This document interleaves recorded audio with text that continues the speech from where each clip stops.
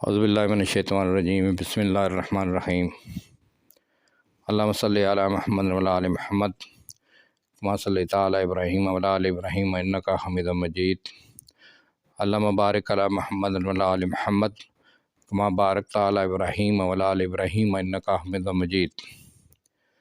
معزز سامعین کرام، السلام علیکم ورحمۃ اللہ وبرکاتہ۔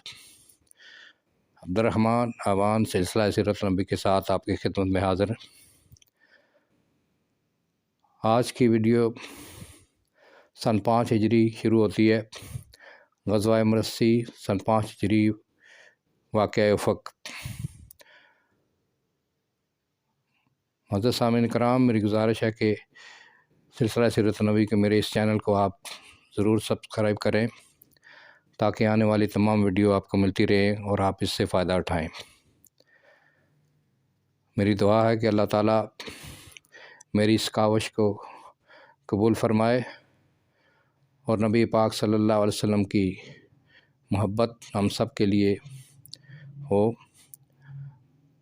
اور آخرت میں ان کی شفاعت نصیب ہو، آمین۔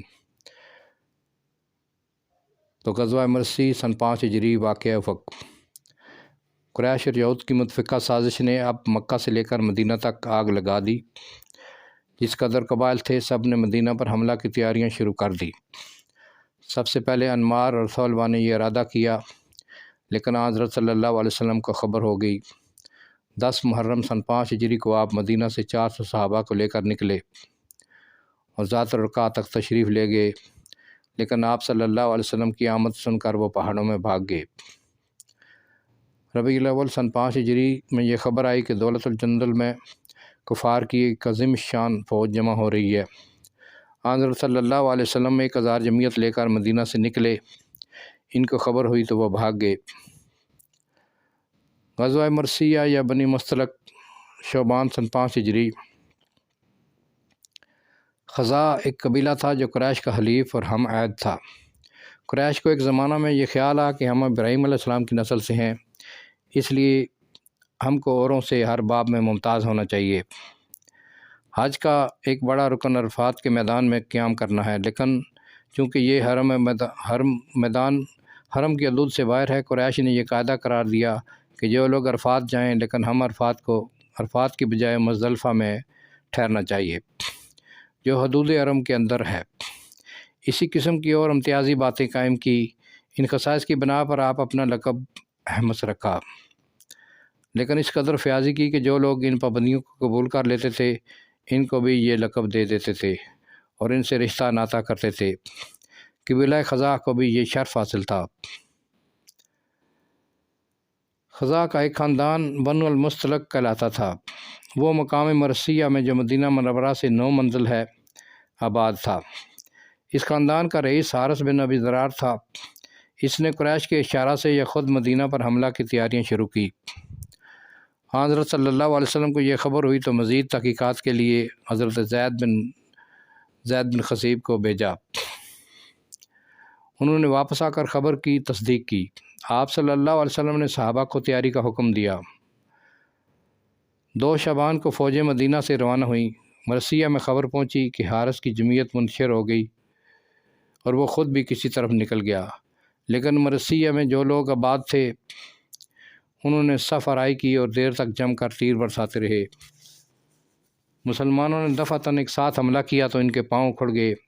10 آدمی مارے گئے اور باقی گرفتار ہو گئے۔ ان کی تعداد تقریباً 600 تھی۔ غنیمت میں 2000 اونٹ اور 4-500 بکریاں ہاتھ آئیں۔ 4-5 ہزار بکریاں ہاتھ آئیں۔ یہ ابن سعد کی روایت ہے۔ یہ لڑائی ایک معمولی لڑائی تھی، لیکن اتفاق سے بعض شہرت پذیر واقعات ایسے پیش آئے جن کی وجہ سے اس لڑائی کا خاص عنوان قائم کیا جاتا ہے۔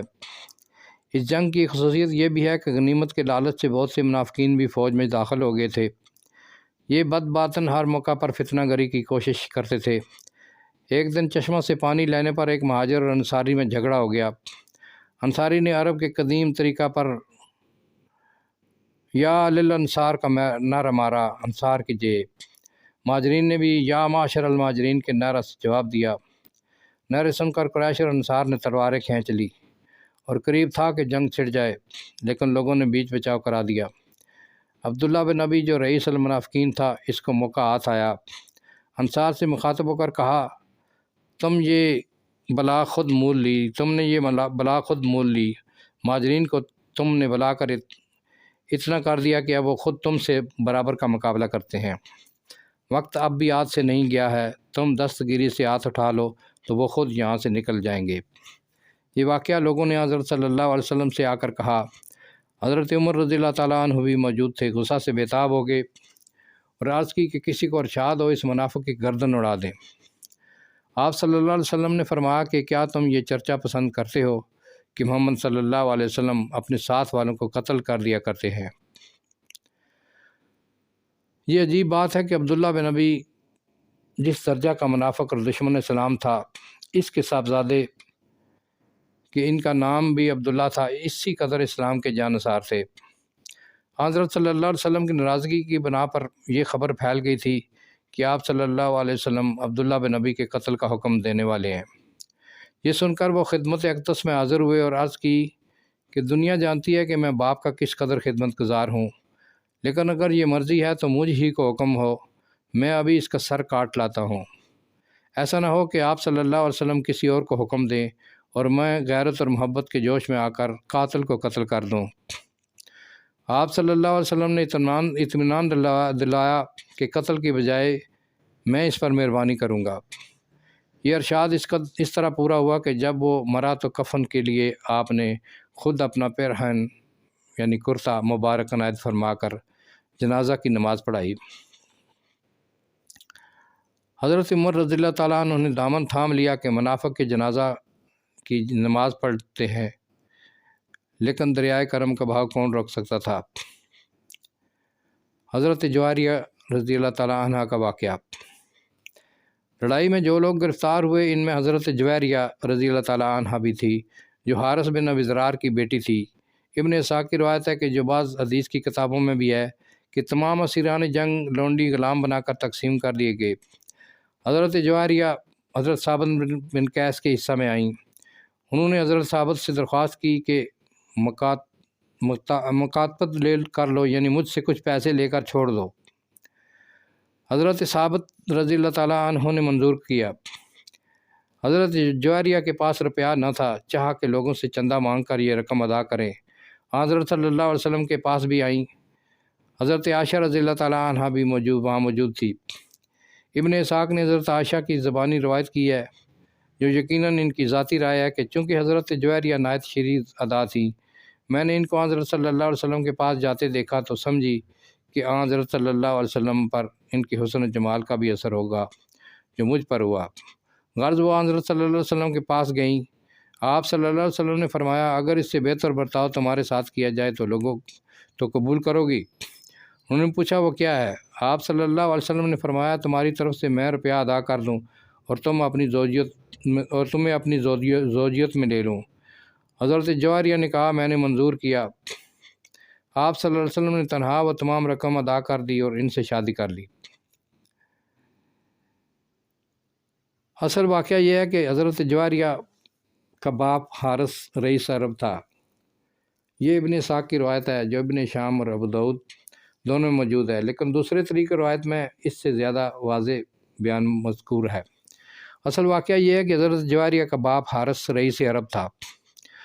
حضرت جویریہ جب گرفتار ہوئیں تو حارث حضرت صلی اللہ علیہ وسلم کی خدمت میں آیا اور کہا کہ میری بیٹی کنیز نہیں بن سکتی، میری شان اس سے بالا تر ہے، آپ صلی اللہ علیہ وسلم اس کو آزاد کر دیں۔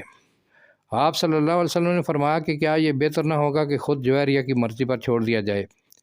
حارث نے جا کر جویریہ سے کہا کہ محمد نے تیری مرضی پر رکھا، دیکھنا ہوگا کہ خود یہ جویریہ کی مرضی پر دیکھنا ہوگا کہ مجھ کو رسوا نہ کرنا۔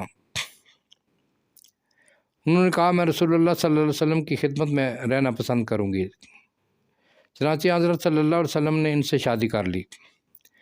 یہ روایت حافظ ابن حجر نے اصابہ میں ابن مندہ سے نقل کر کے لکھا ہے کہ اس کی صحیح سند ہے۔ اس نکاح کا اثر۔